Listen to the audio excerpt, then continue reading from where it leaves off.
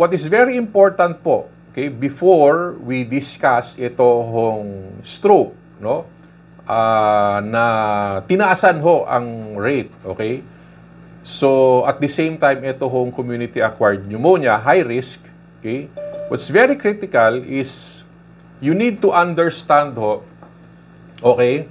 Balikan ho natin yung background ng all-case rate. Pati yung problema ho na na-discover ng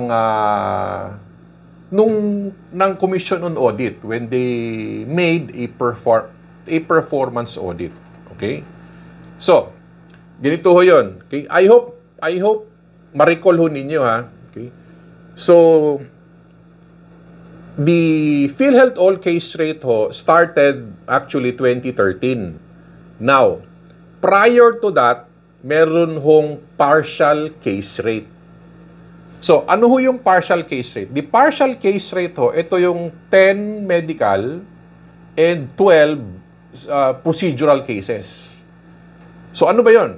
Ano yung 10 pati 12? Ito ho yung highest paid or the top paid illnesses. Yun ang unang nilabas ni PhilHealth as a case-based payment. Case-based meaning ito ho yung shifting from fee-for-service, okay, nag-fee-for-service and then pinalitan ng package. Yun muna ang nilabas niya, 10 plus the 12. Okay? So, after ho ng 2 taon, nung pumasok na yung 2013, dinagdag na ho, hinabol na ho lahat. Kaya ho siya naging all-case rate.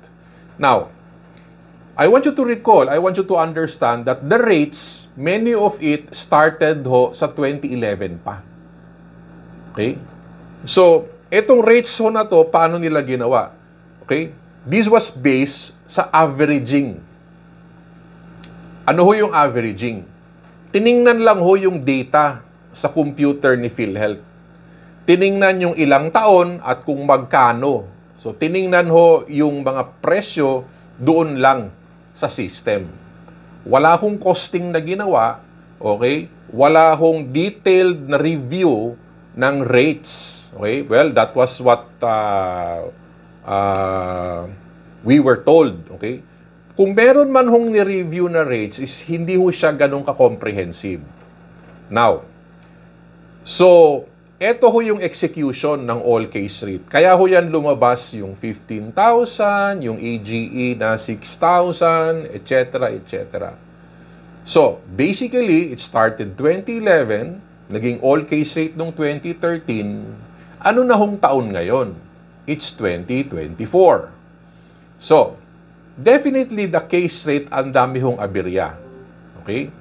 Now, so, nung panahon ho ng pandemic, okay, dahil ang dami hong problema ni PhilHealth, the Congress, okay, the Congress ho requested, kumbaga, humingi ng tulong yung Kongreso sa Commission on Audit.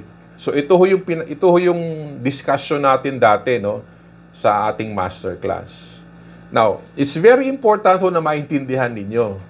Okay?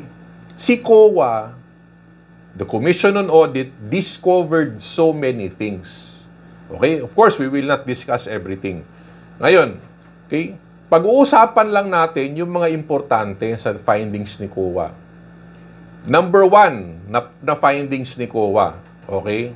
Ang sabi ni COA, PhilHealth, nalulugi ka pala.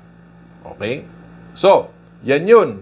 Well, kami ho sa PhilHealth, alam namin yun na nauubos yung pera ni PhilHealth. Okay? That's very simple. Sabi ni COA, PhilHealth, nalulugi ka pala. Okay? Bakit? So, the issue ho is, example, 15,000 ho yung pneumonia, okay, the package, yung SOA ng hospital is 10,000. So, ito yung 15, ito yung 10.